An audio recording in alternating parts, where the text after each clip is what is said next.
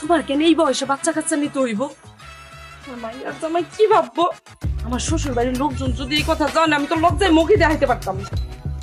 এসব কথা তুই আমার কষ্ট রাব্বারে কে তুই পারস না? তার তো সংসার নিয়ে কোনো চিন্তা নেই। সংসার উন্নতি, আয় রোজগার এইসব কোনো কিছু লই ওর মাথা ব্যথা নেই। আমার যে আরো দুইটা মাইয়া বিয়ে লাখ হয়েছে, এমনি বিয়ে দিতে হইব না? কার কথা কে শুন? তাহলে তুমি কেন আব্বার কথা শুনতে যাও? তুমি রাগ করে তোমার বাপের বাড়ি চলে যেতে পারো না? যাইতে পারি না তোর ভাই বোনের লাগে। মাঝে মধ্যে মনটা চায় উষ্টা দিয়ে সংসারটারে ফালাইয়া বাপের বাড়ি চলে যায়। চান্দানি গেলে কেমনি হইব?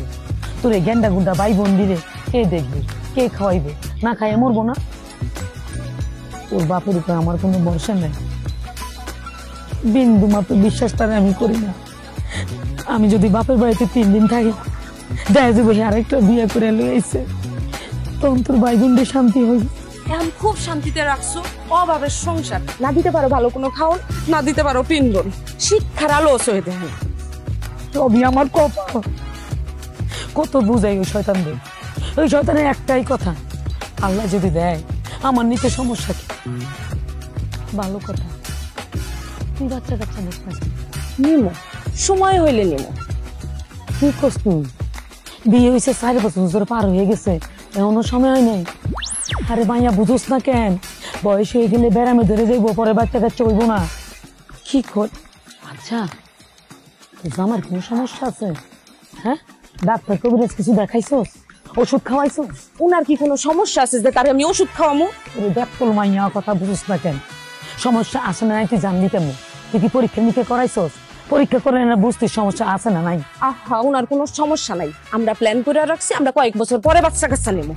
দেখ সময় আছে, বয়স কিন্তু বাইরে যেতেছে, বুড়ো হয়ে গেলে কিন্তু সমস্যায় পড়ে যাবি। মা, আমার যতই বয়স বাড়ুক আমি কোনো সমস্যায় পড়বো না, দেখতে হইব না মাইয়া ডাকার। বদসা একটা মাইয়া হয়েছে, বাপের মতো শয়তান হয়েছে।